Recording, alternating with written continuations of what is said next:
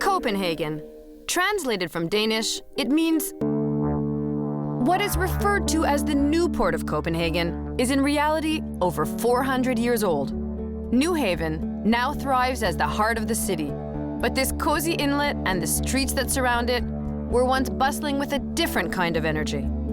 50 years ago, this was part of Copenhagen where you would only meet drunken sailors and light-footed ladies. But today we call it the longest bar in Copenhagen.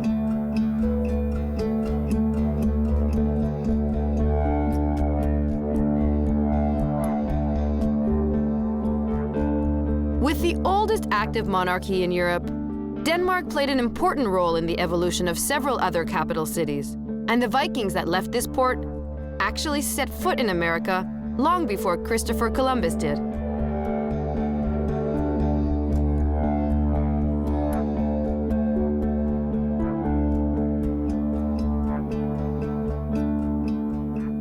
Beer is... Hello. Good morning. Denmark has an interesting geographical structure. All the western part of Denmark is a peninsula called Jutland. And then you have 406 islands. In Denmark? Yes. And if we took them all and shoveled them together into one island, Denmark would be just about the same size as Switzerland, 43,000 square kilometers. But we don't have those beautiful mountains you find down in Switzerland. Denmark is flat as a pancake. This natural harbor, so dear to Copenhageners, is the world's first industrial port to be managed by two countries. The Danes share it with their neighbors, the Swedes. We are two brother nations. Today, the integration works out magnificently, I would say. Close to 30,000 Swedes come to Copenhagen every day to work. Because the salaries are higher. Partly because the salary is a little higher, it's about 20% difference, but it's also because it's easier for them to find a job. What I find incredible is that you've built a bridge from Yes. Copenhagen to Malmö. Yeah. It's a joint venture of two nations, I would say. But the design of this bridge was faced with a major challenge. The proximity to the airport made it impossible to erect a structure in height. The solution? A 4-kilometer tunnel leading to a man-made island, and then the bridge to Sweden.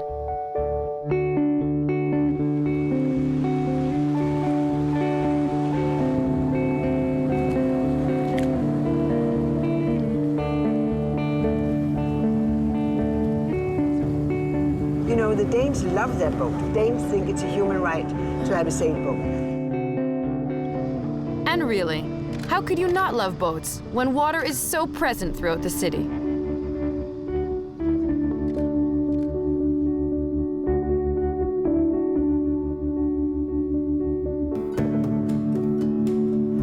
Now we are at Christianshavn. This part of Copenhagen was actually built artificially in 1600 by our king at the time, Christian IV. He was the one who had that dream that Copenhagen should be the trading center for Northern Europe. A little after Amsterdam, he wanted this to be a trading suburb of Copenhagen. He sunk a couple of old warships here. Then he filled them up with garbage from 1600, and then he offered the Copenhageners 12 years where they didn't have to pay tax if they moved out here. You know, in Danish ears, music.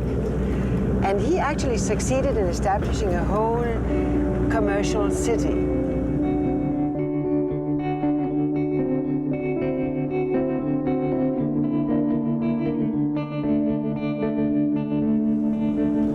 Wind turbines right in the center of the port of Copenhagen. Yes, we have actually totally in Denmark about 6,000 wind turbines, and they give us 20% of our electricity today.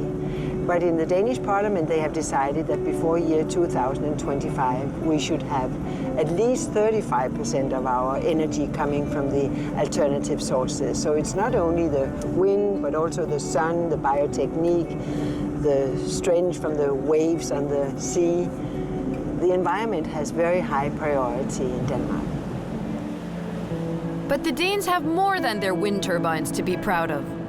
Their incredibly efficient approach to urban design is now a reference throughout the world.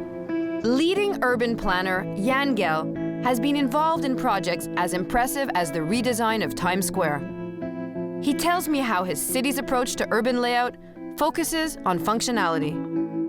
As you can see, Copenhagen, we have no high-rise except 3 of them.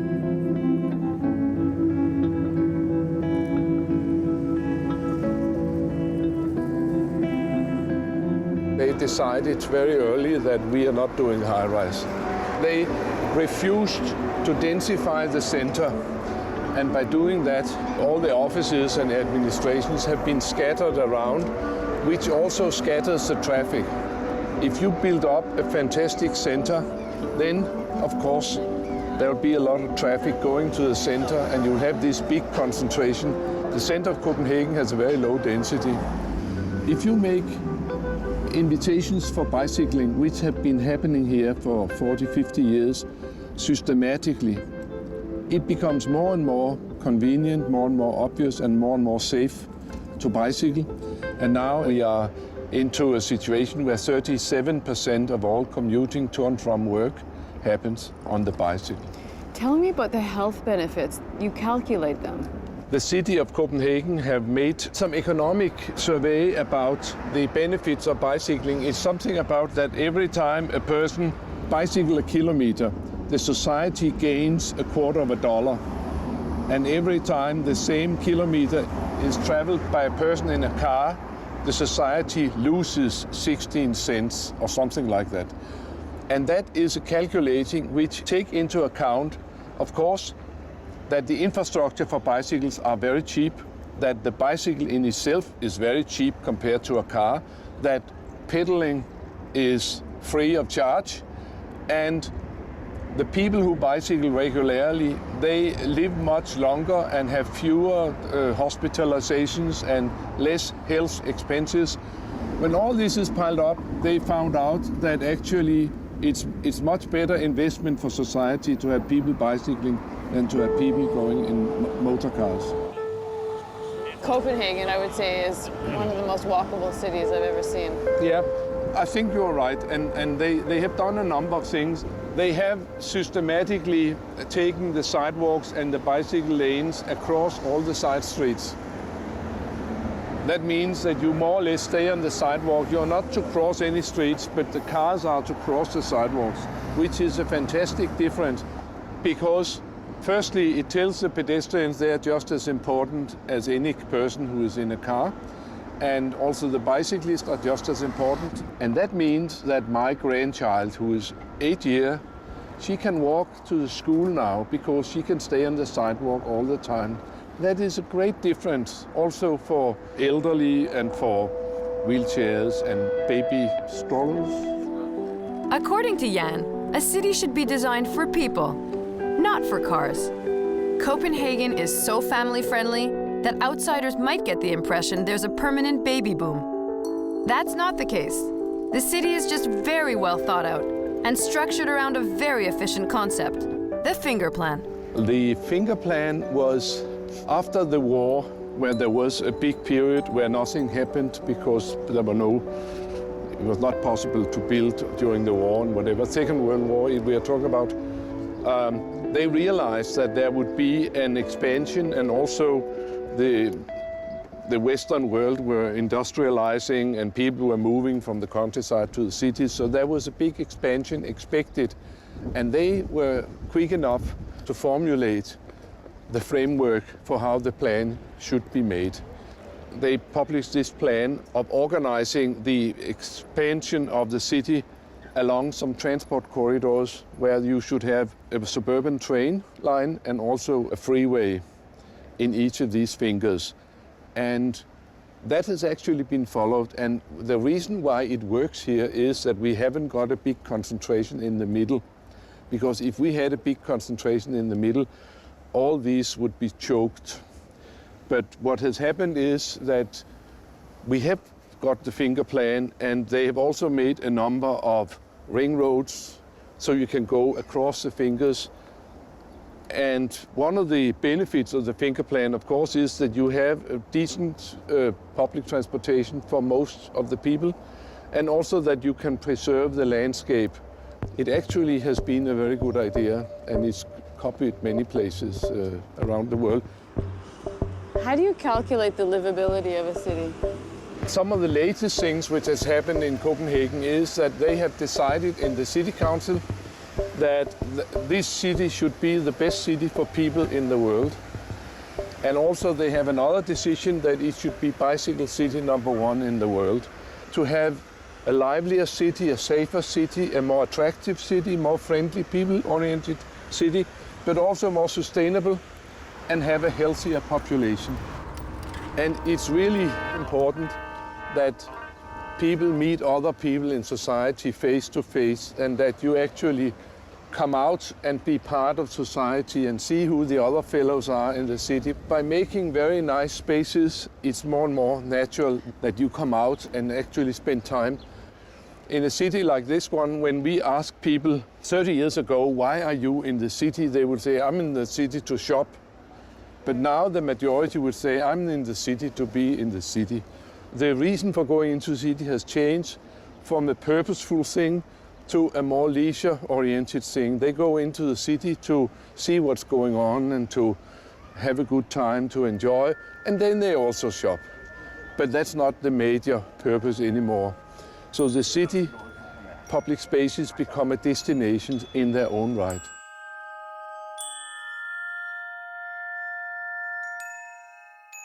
A few years ago, my wife and I celebrated 45 years anniversary. And it was a summer day in August, and we thought that we will go into the city to have a good dinner, to celebrate. And then we took our bikes, and we are not quite young anymore. Actually, we were close to 140 years put together. So we took our bikes, and then we pedaled leisurely into the city. We looked at a lot of nice places, and then we found a good place, had our dinner, and then we went back. When we came back, we realized we have done 19.8 kilometers on bicycle. And then we talked about that doing such a trip in our advanced age and doing it safely and whatever, that would not have been possible when we were married. I have this strong feeling that for all this period of time, every morning when I woke up, the city was a little bit better than yesterday. While in many other cities I've been to, you have this feeling that tomorrow is a little bit worse than yesterday. And that would primarily be in the cities where they have not done anything to curb the traffic, because then you will see that every day there will be 100 more cars than yesterday, and they will try to find a room and squeeze through, and the noise level will raise, and the pollution and the dangers, whatever, will raise. While in Copenhagen, actually, it's been going the other way. It's become better and better. And if things are getting better, it's partly because everyone here agrees on one thing: the bicycle.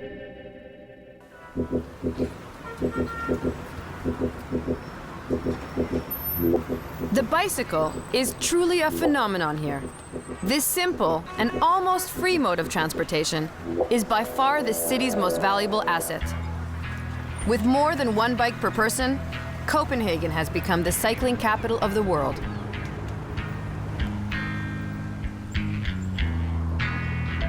What percentage of Copenhageners wear bike helmets? In general, in Denmark, we say that 15% wear helmets. Our first priority is not to make sure that people wear a helmet when they have an accident, it's to avoid the accident.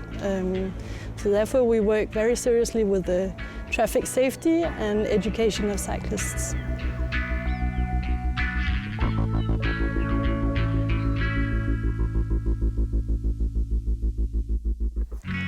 Is bicycle theft a big problem here?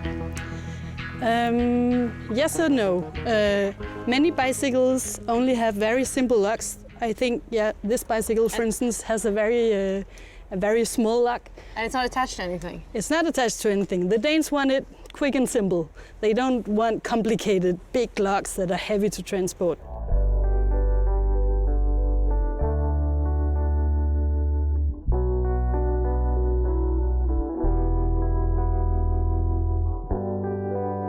Do a lot of people cycle for ecological reasons? I think it's only around 5% who state that it's because of the environment that they bicycle. Everyone knows that it's good for environment, but that's not your main consideration in the morning when you're late for work and when you're doing your budgets or whatever. What are bike butlers? Bike Butlers is this new innovative project that we have set up in order to include more service in what we do for cyclists. Not only constructing infrastructure, but also making it a nice experience to bicycle. We saw that at the metro stations, the bikes were parked chaotically, and some bikes were also blocking for emergency exits. So we hired butlers to tidying up all the parked bicycles, and also just to grease the chains and to pump the tires of the bicycles that were parked. Then people were left a little note saying, "I pumped your tire, I hope you will park your bike in the right place next time." Most of the population bikes. I mean, I think it's over 80% that has access to a bicycle. And 50% of the inhabitants of Copenhagen bike to work or education. And I heard something like 96% of children own a bike. Yes. Every train has two wagons for bicycles. The first one and the last one. And it's free to take your bicycle in the trains. What is it also free to take your bicycle on? You can't take it on the buses because often buses cover shorter distances, which you can easily do by bicycle. And in the metro, it's limited in the rush hours. And all the taxis have two bike racks at the back? And you pay a very small fee. After the oil crisis of the 70s, Copenhagen introduced measures to minimize its dependence to fuel. For many here, the cargo bike has become a permanent alternative to the automobile. What are the different types of cargo bikes? This is sort of the classic type of Danish cargo bike with two wheels in the front and a big box and then one wheel at the back. And this brand is called Nihola, and they have produced cargo bikes since 1990. We estimate 19,000 cargo bikes in Copenhagen. So it's every 6 of all families with children who own one. So this is good for 2 kids and equipped with seat belts? A picnic basket or a case of beer, a dog maybe, and then you're off.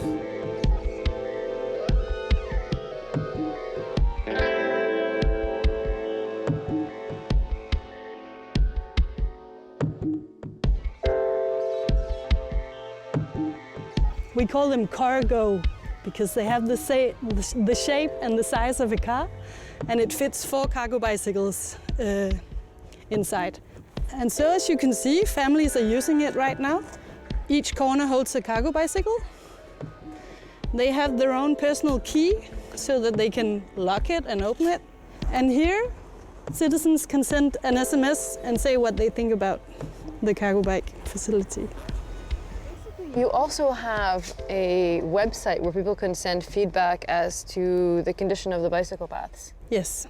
If citizens discover like a small hole in the bicycle track or a ramp that is missing, things that wouldn't fit into the big budgets that we have for big infrastructure projects, then they can mark it on an online map and tell us, hey, I would like you to fix that hole. And then once in a while, our repair crew, they go out and they fix all these little things. How many kilometers of bike paths are there in Copenhagen?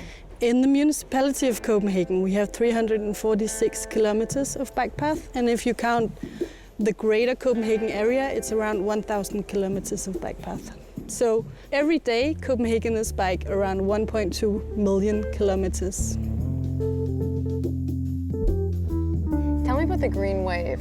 Basically, the traffic lights are synchronized for cyclists? In some of the major streets of Copenhagen, where we have up to 30,000 cyclists a day, instead of adjusting the signals to cars, we adjust them to the speed of bicycles, so that once you hit this major street, you don't have to stop for a very long time. And wait, there's even more. At streetlights, bicycles wait ahead of the cars and even get a green light a few seconds before their fuel-powered counterparts. That's road safety for you.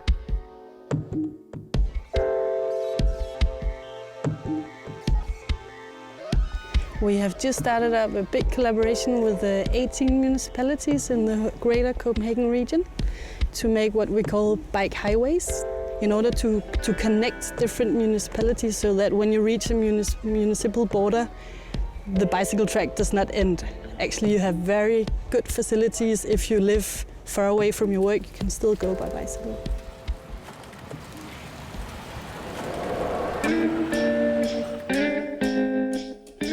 Michael Colville Andersen can safely be referred to as the Danish bicycle ambassador.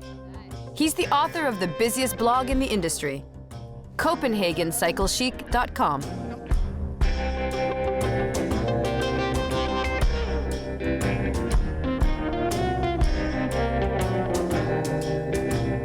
Basically, cargo bikes serve as everything. They have espresso machines on them. There are sushi cargo bikes. What else is there? There's no limit to the imagination. In the past 10 years, we've seen a massive growth in the number of cargo bike users. And you know, people's creativity has followed suit. Yeah. You can eat and drink your way through Copenhagen with things from bicycles. You know, there's crepe bicycles, pancake bicycles, bicycles selling water in the summer, newspaper bicycles selling foreign newspapers to tourists, sushi bikes on the beach serving chilled sushi. There's one guy in Copenhagen who he has the cocktail bike. He shows up if you text him and you go to his website to read the code, 2L Mojito, you know, 2 liters of mojito. And he'll ride out to you with the cocktails. Then you pay with the wireless with your card, and you know, a deposit for the thermoses, and then he disappears again. You know, whatever you need, you can get it from a bike, and that's really something that is really unique to Copenhagen. Car ownership is only 29% in Copenhagen. So if you have kids, you have to have some form of cargo bike. Everybody I know with kids, they all have a cargo bike. Maybe they use a car sometimes to get to work or whatever, but to get around with kids, you know. With my work also, if I have equipment to transport around or groceries, you know, I'm quite often on the cargo bike. I also have like a regular bike, but this is just so practical for urban living in Copenhagen. And what happens if it rains? You get wet, basically. You know, you go to work or whatever, and you still take out the bike. Oh yeah, of course. Nothing changes really. It's quite maybe a Nordic thing. You know, your mother, when you're growing up, you know, there's no such thing as bad weather. There's only bad clothing. So, you know, what we do on our bikes is the same as if we're pedestrians. You know, pedestrians get wet if it rains, if they don't have an umbrella. I mean, you just ride around in your regular clothes. There's no difference on a bike or on foot. The city of Copenhagen has determined that 80% continue cycling all winter, and if there's a wicked snowstorm rolling in from Sweden or the Arctic, yeah, the number will drop a bit, but you still have about a couple 100,000 people riding their bike to work in a snowstorm. And it's true that the city clears the bike paths of snow before the streets. Absolutely. It started as a way of encouraging people to ride, and it ended up with a necessity now, because if you have all of these hundreds of thousands of people who ride a bike every day, if the bike lanes aren't cleared in the morning in a snowstorm, there's a couple 100,000 people standing at bus stops or at train stations, and the public transport system would implode, you know, so it's a necessity now.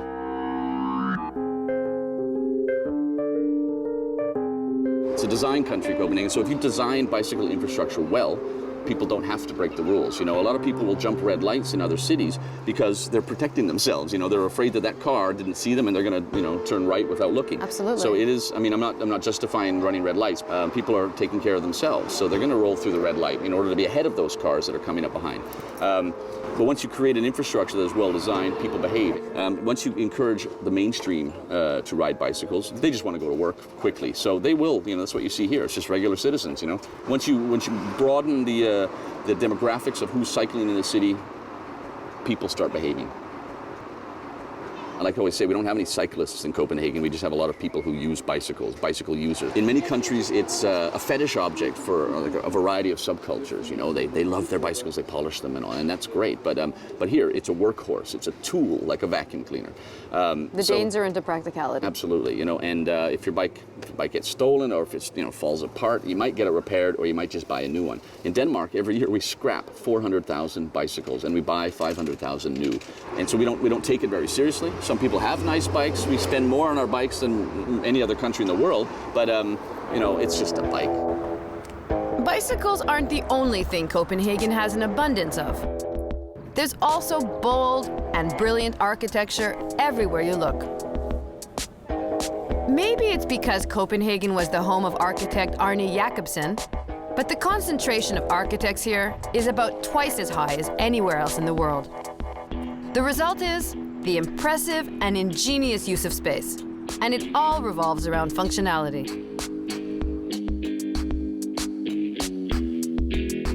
Jakob Lang and the firm Big Architects are behind some of the most innovative projects in the city. It was their idea to install swimming pools directly in the harbor. Tell me, how warm is the water today? Or how cold is it? You know, I would probably guess around 15 degrees today. So you're not gonna get me inside, but... You didn't bring your swimsuit? No.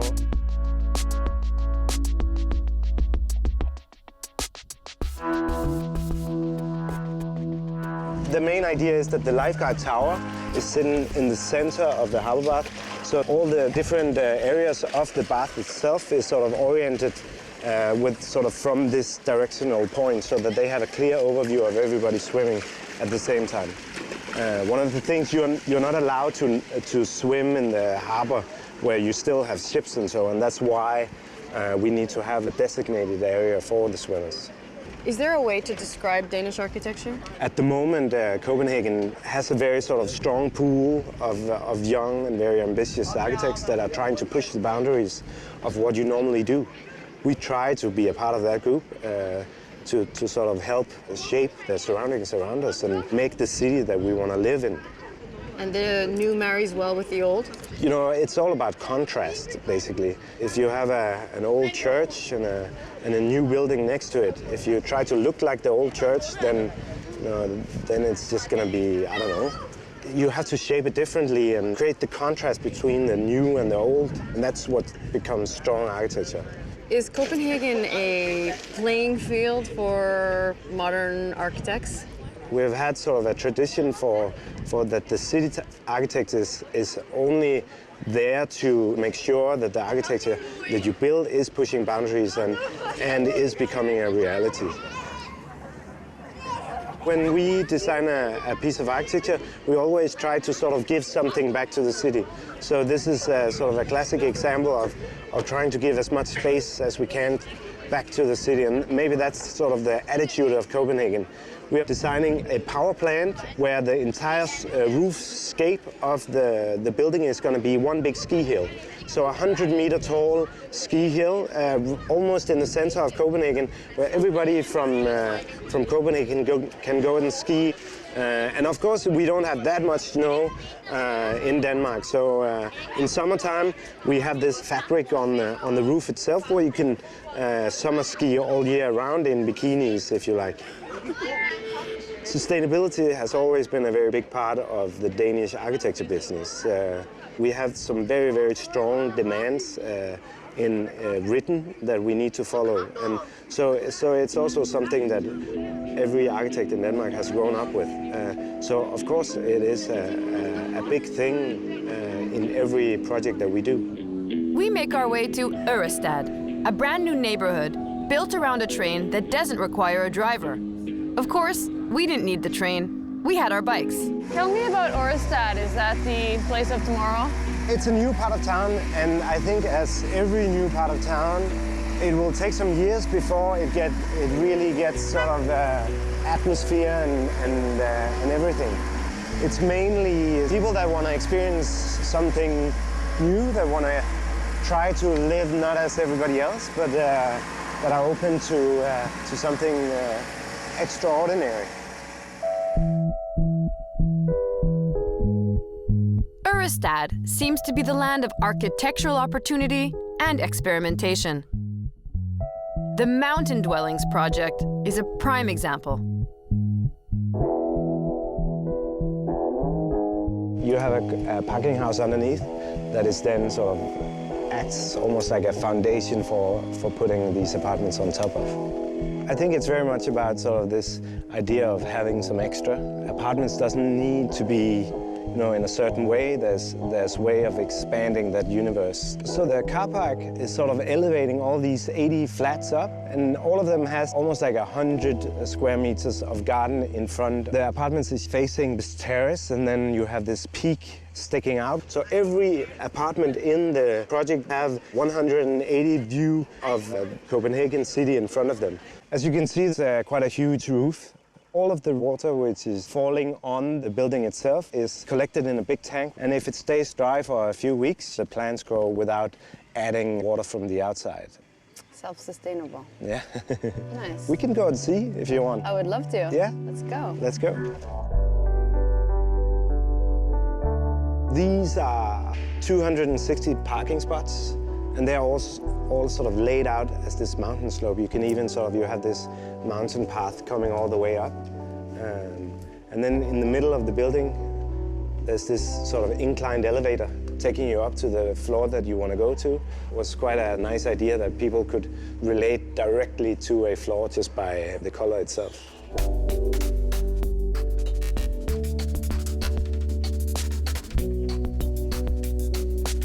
Basically, every room is sort of oriented towards this terrace in the middle of the house.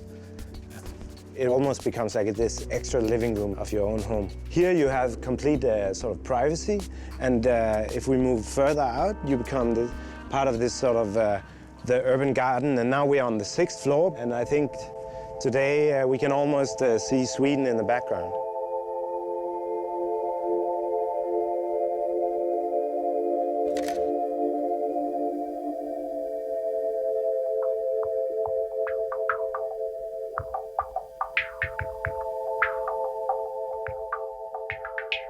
At the point where the city meets the countryside, we reach the spectacular 8 House. In true Copenhagen style, we make our way to the top of this 10-story building without ever getting off our bikes. It's not like Tour de France or anything, but we need some power in the legs. Well, it's the first time I've biked up a building. Let's just say that.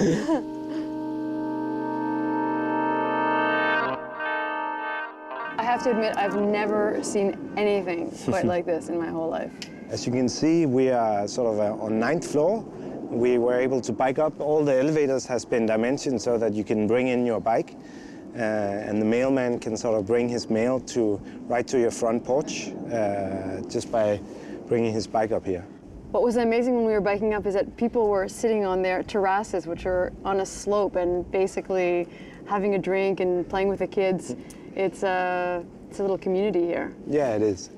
But I think that's also one of the sort of the very positive things about the outcome of this building is that people actually stay in their front yard and sort of take part in this community all the way to the 10th floor. So it's almost like we are putting all the layers of a dense city on top of each other and creating this small community out here. The 8 House is a modern take on an old British housing concept still found in areas of Copenhagen. The potato rows, as they're called here, are narrow residential streets that make for a cozy and intimate neighborhood life. When you integrate this idea in a residential complex, it looks like this. It has 630 flats, so it is becoming a little community, and you can see that people are taking a small walk on the facades of the building. And you have a pasture yes, over here with cows Exactly. grazing. Basically, this will not change. This is a conserved area. Yes, it's part of sort of future Copenhagen that will never change. Everything in Copenhagen is designed to make life more efficient and enjoyable. And according to surveys, the Danes are the happiest people in the world.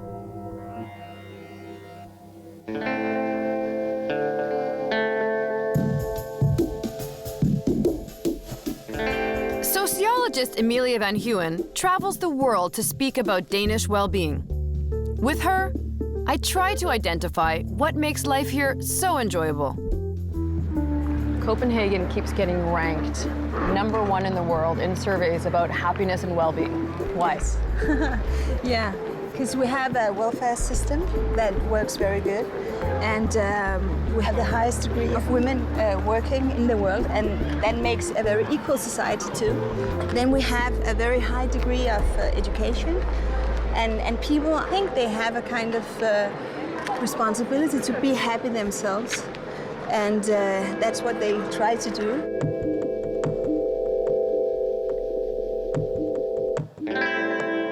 There's a lot of factors that makes you feel secure, and that means that you don't have to preoccupy about a lot of things if your life is not going the right direction and so forth, because there's always someone to take care of you. If you don't have a job economically, there will always be some kind of help for you. They wanted to make a system secure for the people who really couldn't, who didn't have the measures and resources to do it.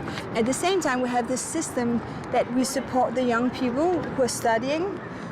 They get money from the state to be able to study instead of working.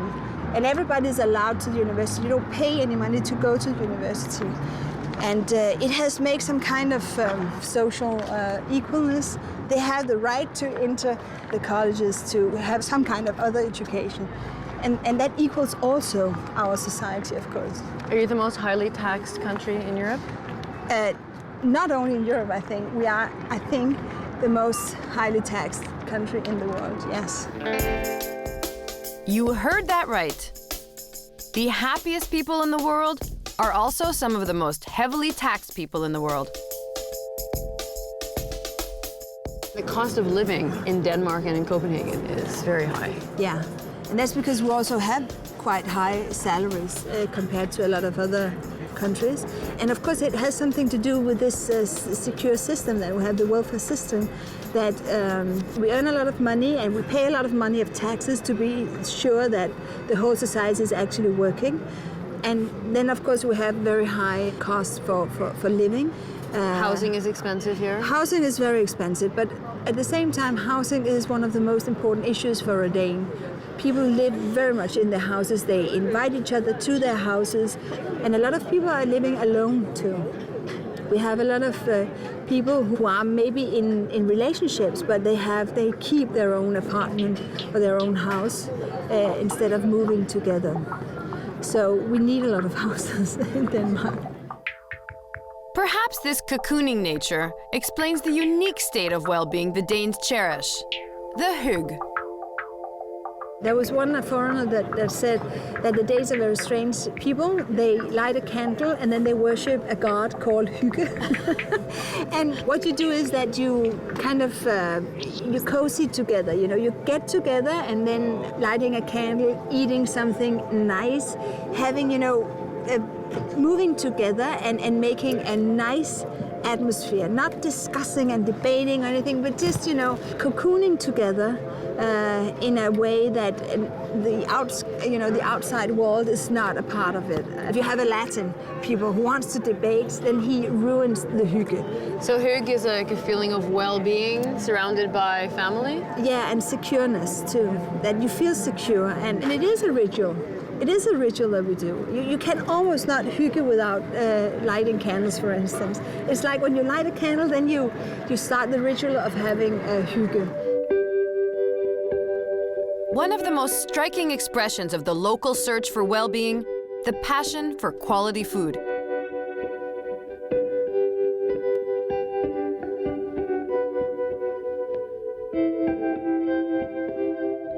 Klaus Meyer spearheaded a movement promoting the rediscovery of Nordic cuisine.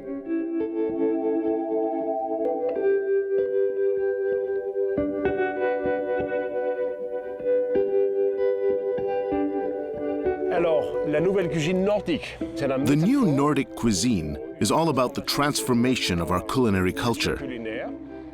We're going back to our roots and giving them a modern twist.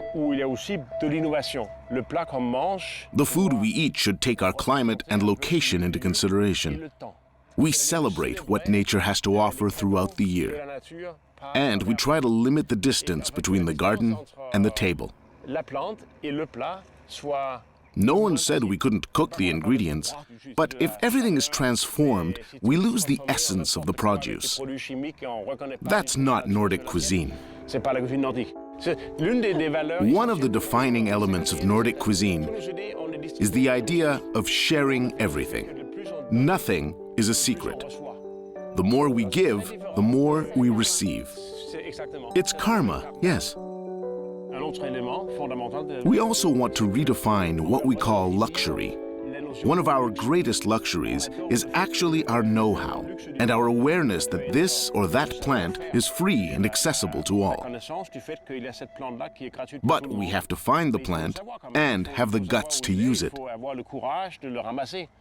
The pleasures of food are there for everyone to enjoy. More than half of the dishes at Noma are made with humble and simple ingredients, and people love it. It isn't about the cost of the ingredients, it's more about the time invested in the preparation, the interaction with the client, and the general interest for our dishes. They all contribute to creating an extraordinary moment. We don't make our point by serving caviar. It's not very subtle. Ça, c'est bon.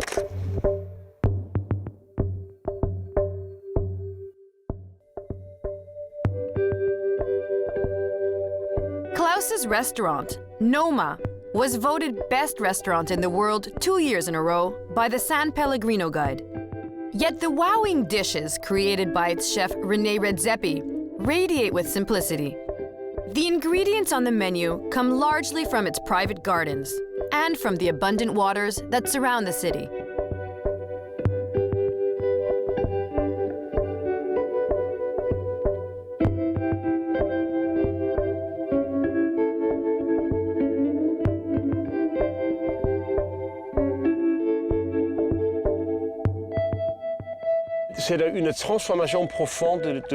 We're going through a big change in our approach to eating. The modern consumer considers himself as a co-producer. Look over there. We prepared this field and wrote on our webpage that people could rent 60 square meters, receive a training, and have a feast when we harvest in September. In less than 36 hours, they were all rented. People come here from the city on a train twice a week with their tools to take care of the garden. We want to make this a project for our society. We want this idea of making our cuisine something beautiful and unique to be a collective thing, and not just a personal project.